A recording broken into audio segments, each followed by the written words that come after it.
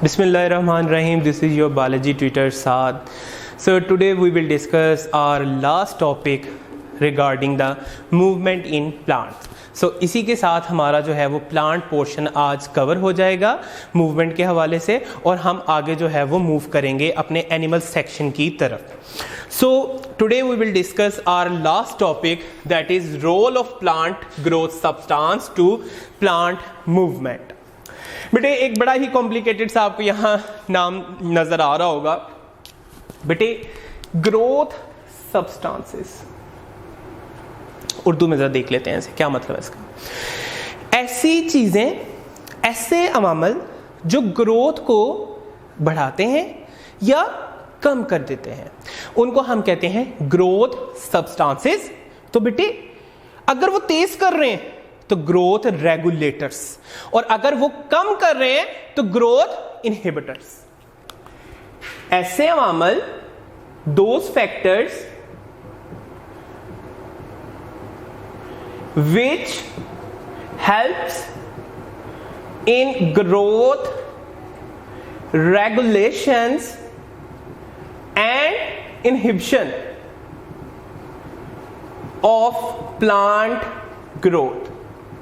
तो बेटे जी अगर तो मैं रेगुलेशन का वर्ड यूज कर रहा हूं, रेगुलेटर का, तो इसको मैं नाम दे दूंगा growth regulators.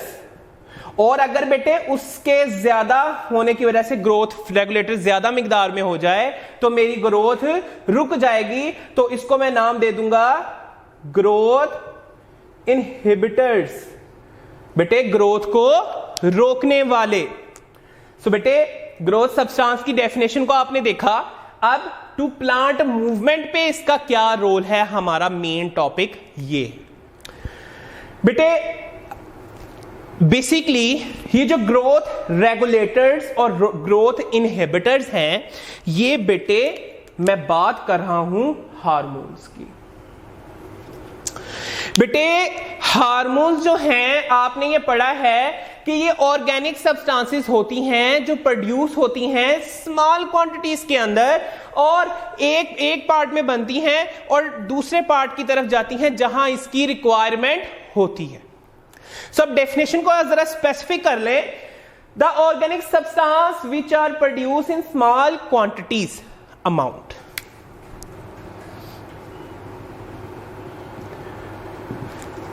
In what part of the plant and transported, और लेके जाई जाती हैं, मूव टुवर्ड्स, जहां इनकी जरूरत होती है. किस चीज के लिए? रेगुलेशन में, रेगुलेट करने में. सो बेटे इसको हम कहते हैं हार्मोन्स. क्या नाम देते हैं इनको? इनको हम हार्मोन्स का नाम देते हैं. सो बेटे ये हार्मोन्स हो गए. तो बेटे मैंने अभी आपको स्टार्ट ऑफ द टॉपिक में बताया कि हार्मोन्स को फिर हम ग्रोथ हार्मोन्स या ग्रोथ रेगुलेटर्स का नाम जो है वो देते हैं. मेरे बेटे यहां मैंने आपके साथ इस टॉपिक की लॉजिक को डिस्कस किया है. बेटे अब आगे देखते हैं. प्लांट जो है वो मूव नहीं कर सकते एक जगह से दूसरी जगह, जैसे कि मूव कर लेते हैं एनिमल्स. ये डिफरेंस हो गया. सो प्लांट ऑर्गन मूवमेंट शो करते हैं. अब बेटे दो लफ्ज आ गए, एक मूवमेंट यहां भी लग गया, एक मूवमेंट यहां भी लग गया. अब मैंने कहा था इस मूवमेंट को मैंने कहा था लोको मोशन का नाम देंगे, और इसको हम एक जगह पर रुककर मूव कौन करता है? Different body organs. सो जब डिफरेंट ग्रोथ किसकी होगी? इन ऑर्गन की मूवमेंट होगी, तो ये ऑर्गन जो मूवमेंट करते हैं, ग्रोथ करते हैं बाय कंट्रोल्ड हार्मोनल सेक्रीशंस. तो इसके अंदर किसका रोल है? इसके अंदर हार्मोन्स का रोल है. हार्मोन्स का अब आपको पता लग गया है, ये ऑर्गेनिक सब्सटेंसेस हैं. क्या हैं? ये ऑर्गेनिक सब्सटेंसेस हैं जो मदद करेंगी किस चीज के अंदर? ग्रोथ करने के अंदर। या तो उसको बहुत ज्यादा कर देंगी तो इसको हम कहेंगे रेगुलेशन, अगर जरूरत से ज्यादा हो जाए तो वहां उसको वो स्टॉप भी कर सकता है। अब ज्यादा करना और जरूरत से ज्यादा सेक्रीट हो जाना, ये अब मैंने दो कंडीशन का नाम लिया है, इसको मैं आगे प्रूफ करके दूंगा आपको कि ये मैं किस चीज के बारे में बात कर रहा था। अच्छा, अब मैंने हार्मोन्स की डेफिनेशन तो आपके सामने बच्चे जी कर दी है। अब हार्मोन्स दो तरह के आपके इस टॉपिक में डिस्कस हैं। एक का नाम है role of auxin in phototropism, उसके अंदर हम देखेंगे क्या रोल ऑफ ऑक्सिन क्या है, ठीक है, फिर जियोट्रोपिज्म के अंदर इसका रोल क्या है। इन दो कंडीशंस को मैं यहां इसके अंदर सेटिस्फाई करूंगा, ठीक है जी। अब दूसरी टाइप है रोल ऑफ जिब्रिलियंस, ठीक है। सो बेटे मैं यहां से आपके सामने क्या नैरेट करना चाह रहा हूं कि इस टॉपिक के अंदर मैं आपके साथ ऑक्सिन और जिब्रिलियन इसको डिस्कस करूंगा इस टॉपिक के रिलेटेड। अच्छा जी बेटे, अब पहले पॉइंट की तरफ आ जाए, role of auxin in phototropism. बेटे फोटो का तो मीन आपको पता ही है, लाइट। अब इसके अंदर ऑक्सिन का क्या रोल है? बेटे ऑक्सिन जो है ये एक हार्मोन है, इसका दूसरा नाम है एंडोल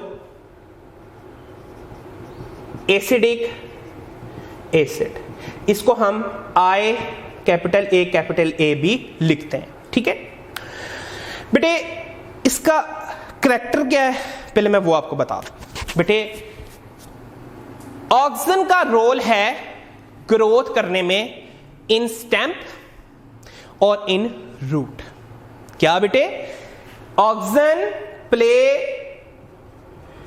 role in growth of stem and root. अच्छा जी, ये एक मैंने जर्नल आपसे बात शेयर की है। अब जरा मैं इस टॉपिक की तरफ स्पेसिफिकली रहता हूं। बेटे जब ऑक्सिन का रोल है, ये बिलीव किया जाता है कि ये unequal distribution of auxin in coleoptile stem leads to unequal enlargement. अब बेटे जी क्या बात की थी मैंने आपसे, रोल किस किस के अंदर है? स्टेम के अंदर और रूट के अंदर। तो बेटे अभी हम एक कंडीशन को डिस्कस करने जा रहे हैं, वो है स्टेम। जरा बेटा जी एक इसने यहां बात लिखी है, बेटे कोलियोपेटाइल स्टेम क्या होता है? बेटे लेट्स सपोज ये एक सीड है, ठीक है, ये एक प्लांट का सीड है, उससे ना स्टेम्प निकला है, ठीक है। अगर इस स्टेम्प के ऊपर एक कवरिंग हो, क्या हो? कवरिंग हो, तो ऐसे स्टेम्प को हम कोलियोपेटाइल स्टेम्प का नाम दे देते हैं, ठीक हो गया। अब इसी स्टेम्प को जरा मैं एनलार्ज कर दूं बेटा जी, यहां बेटा जी ये इसकी ए साइड है, ये इसकी बी साइड है। अब बेटे मैंने रिलेट करना है इन फोटोट्रोपिज्म में। अब इस स्टेम्प की तरफ, इस साइड की तरफ ज्यादा लाइट आ रही है। क्या बेटा जी आ रही है? ज्यादा लाइट आ रही है, तो यहां ऑक्सिन ज्यादा रिलीज होगा। अब बेटा जी यहां लाइट दूसरी बी साइड की तरफ इतनी नहीं आ रही, तो यहां ऑक्सिन बहुत कम आपको नजर आ रहा है, ठीक है। अब बेटे ये वाली साइड ज्यादा ग्रो करेगी as compare to B side. तो बेटे इसके अंदर स्टिमुलस कौन सा था मेरा बेटा? लाइट। सो ऐसा बिहेवियर, ऐसा ट्रोपिज्म जिसके अंदर लाइट जो है वो स्टिमुलस हो, जिसके वजह से ऑक्सिन रिलीज करे अनइक्वली। ए साइड पर ज्यादा लाइट है तो ज्यादा ऑक्सिन आ रहा है, बी साइड पर लाइट कम है तो ऑक्सिन भी कम है। तो बेटे ए साइड ज्यादा ग्रो की एज कंपेयर टू बी। इस ए साइड का ज्यादा ग्रो करना, बी साइड का कम करना is called unequal cell enlargement. लिखा हुआ बेटे मैंने यहां, ले बेटा जी, this is called unequal cell enlargement. बेटे इसी के साथ मैंने अपनी इस कंडीशन को डिफाइन किया। अब बेटे मैं आ जाता हूं अपनी उस बात के ऊपर, मैंने कहा था कि ये ज्यादा सेक्रीट होंगे तो ग्रोथ रेगुलेशन, और अगर जरूरत से भी ज्यादा हो जाए तो ग्रोथ को स्टॉप कर देते हैं, ग्रोथ इनहिबिटर। आ जाओ जरा इस तरफ बेटे। अब मैं बात करने लगा हूं जियोट्रोपिज्म। जियो का वर्ड है जिसके अंदर स्टिमुलस, ग्रेविटी हो, अर्थ हो, ऐसे है बेटा जी। अब बेटे होता क्या है बेटे, आपने दो तरह के ट्रॉपिज्म पढ़े, एक पॉजिटिव होता है और एक नेगेटिव होता है, और एक नेगेटिव होता है बेटे। लेट्स सपोज ये मैं ना रूट का हिस्सा, रूट, ये मैं शूट का हिस्सा जो है वो बनाने जा रहा हूं आपके साथ बेटे। अब मैंने एक बात लिखी थी, रूट कह लो या स्टेम कह लो, शूट कह लो या स्टेम कह लो, ठीक है। अच्छा जी बेटे, दोनों के अंदर लोअर साइड के ऊपर यहां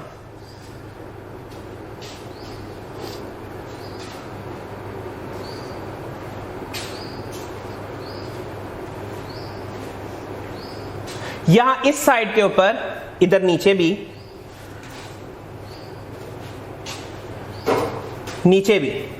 लोअर साइड पे ऑक्सीजन जो है वो रिलीज हुआ है।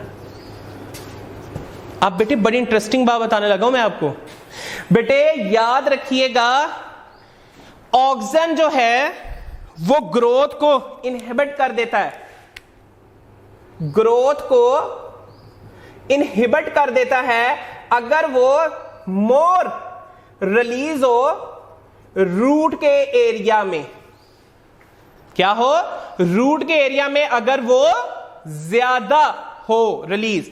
अब बेटे रिलीज जो क्योंकि रूट के एरिया पे हुआ है, अब आपको यहां थोड़ी बहुत नजर भी आएगी सेल ग्रोथ, तो अब क्या होगा बेटे, ऑक्सीजन ज्यादा है तो ग्रोथ ज्यादा होनी चाहिए थी, यही ध्यान में आता है ना। अब रूट के पोर्शन में अगर ऑक्सीजन नीचे वाली साइड पर, इसका ये बिहेवियर है, रूट के अंदर अगर ये ज्यादा सेक्रीट हो तो ये वहां ग्रोथ को इनहिबिट कर देता है। तो इसका मतलब अब ग्रोथ फिर कहां हुई ज्यादा? अपर साइड के ऊपर। तो बेटे जी याद करो, मैंने बताया था ग्रोथ जहां ज्यादा होगी, मूवमेंट क्या होती है उसकी ऑपोजिट डायरेक्शन में। यही वजह कि रूट आपकी हमेशा नीचे की तरफ होती है। ठीक हो गया? तो आओ जरा, oxygen inhibit the growth of root cell if root curves downward, cell of upper surface therefore elongate. अब ये वाले सेल क्या हुए? एलोंगेट हुए, क्योंकि ज्यादा मिकदार में तो यहां नीचे हुआ, बट उसने वहां इनहिबिट कर दिया ग्रोथ को। तो अब ग्रोथ इसके कहां हो रही है? ऊपर की तरफ। अपर साइड के ऊपर ग्रोथ हुई है, तो बेटे ग्रोथ अगर अपर साइड पर होगी, अपर साइड के ऊपर होगी, तो बेटा जी मूवमेंट किस तरफ होती है? नीचे की तरफ। इसी तरीके से इसको कहते हैं पॉजिटिव जियोट्रोपिज्म। और बेटा जी अगर स्टेम की तरफ मैं ले जाऊं नेगेटिव, इसको नेगेटिव जियो कहेंगे। तो बेटे इसके अंदर ऑक्सीजन नीचे वाली जगह पर है, तो नीचे ऑक्सीजन ज्यादा हुआ, इसका मतलब सेल एनलार्जमेंट भी नीचे ज्यादा हुई। तो बेटे अब ग्रोथ डाउन हुई है, तो मूवमेंट मेरा बेटा किस तरफ होगी? शाबाश, ऊपर की तरफ। यही वजह है कि स्टेम्प ऊपर की तरफ निकलता है, तना ऊपर की तरफ निकलता है। तो बेटे growth of the stem of cells of lower surface, ये नीचे की तरफ। ठीक हो गया मेरा बेटा? लोअर। और एलोंगेट और कर्व कहां होगा मेरा बेटा? ये ऊपर की तरफ। बेटे यहां मैंने सेटिस्फाई कर दिया अपनी दो कंडीशन को, पॉजिटिव और नेगेटिव जियोट्रोपिज्म को। बेटे किसको? पॉजिटिव और नेगेटिव जियोट्रोपिज्म को। बेटे याद रखना है, ये बहुत ही इंपॉर्टेंट शॉर्ट क्वेश्चन है, इसको भूलना नहीं है। ठीक है बेटा जी। अब बेटे नेक्स्ट है नास्टिक मूवमेंट इसके अंदर भी रोल किसका होता है? जिब्रिलियंस का और ऑक्सिन का। तो बेटे एपिनास्टी और हाइपोनास्टी लास्ट में मैं डिस्कस कर चुका हूं, ठीक है। जरा मैं उसी को ही रिकॉल कर देता हूं, ठीक है जी बेटा जी। लेट्स सपोज ये मेरे पास एक फ्लोरल स्टेम्प है, ठीक है, फ्लोरल बड कह लो या इसको, ठीक है। अब ग्रोथ जो है वो इसके ऊपर की तरफ हुई है, यहां इस जगह पे हुई है, ग्रोथ अपर साइड के ऊपर। तो इसको हम क्या नाम देते हैं बेटा जी? एपिनास्टी।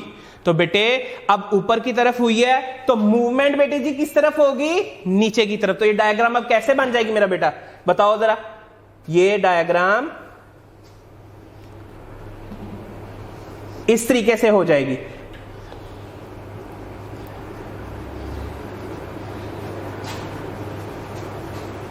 अब ये जो फ्लोरल बड है इस तरीके से खुल गया है। तो बेटे हाइपोनास्टी के अंदर क्या होगा मेरा बेटा? शाबाश बेटे, इसके अंदर हम अगली डायग्राम ड्रॉ करते हैं।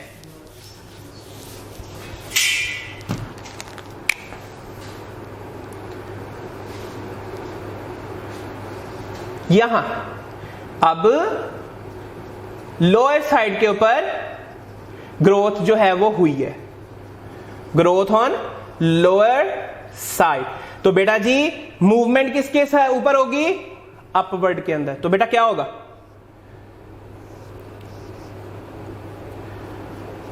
ये फ्लोरल ब्लड जो है क्या हो जाएगा? क्लोज हो जाएगा। तो बेटे इधर जो है वो ऑक्सिन का रोल है बेटे जी अपना एपिनास्टी में, और हाइपोनास्टी में किसका रोल है? जिब्रिलियंस का।